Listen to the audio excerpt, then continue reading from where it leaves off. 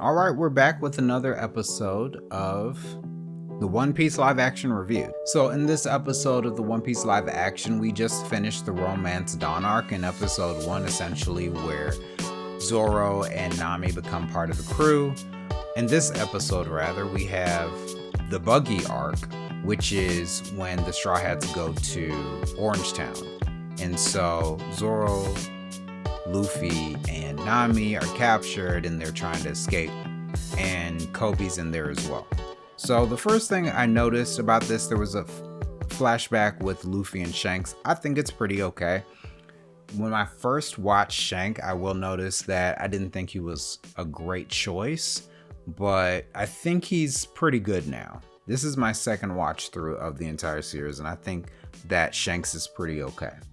They introduce some bandits or some other pirates, and they're Latino, which is cool because I mentioned in the first episode that I was a little bit concerned about the fact that everybody in Luffy's village has a British accent, which isn't great for me. I would really hope that they would have had more Latino accents in there, especially because Iñaki Godoy has a Mexican accent because he's Mexican. So I thought that was an issue for me. They introduced it a little bit here. I think they need to do more. I really hope Ace is Latino. I think focusing on Koby as a B-plot is great. Koby is seen a lot more here than he is in the actual series, and they really needed a B-plot to keep things moving in this series. So I'm glad that they used Koby as a device to keep things going forward. I don't know if it's going to be as needed or as useful in the next series, or rather in season 2, or it works pretty good here, but definitely probably much less in season 2. I think it'll pull focus a lot. I think there was really good framing of Luffy's backstory here.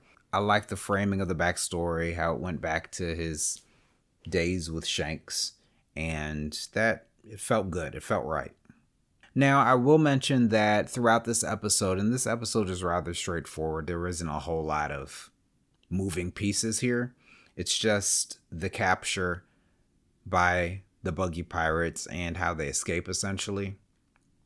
And one of the things that I noticed is that it had a very small set. I noticed that in the first watch through I did, and I wasn't a huge fan of that, but I think it was okay.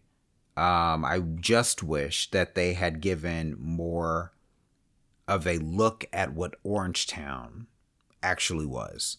So they did one quick glimpse of Orangetown with Nami when she got out of his tent, but I really wish they had done a couple more shots of the devastated Orangetown, or some of the people in their doorways or something like that. Overall, I think it was a pretty good episode. It was actually really effective. I think that had to do less with what the main plot was, which was them escaping Buggy, but how they framed the entire story. This was a very exposition heavy episode, and I liked how they executed this. So I would give it a solid 8. I liked it.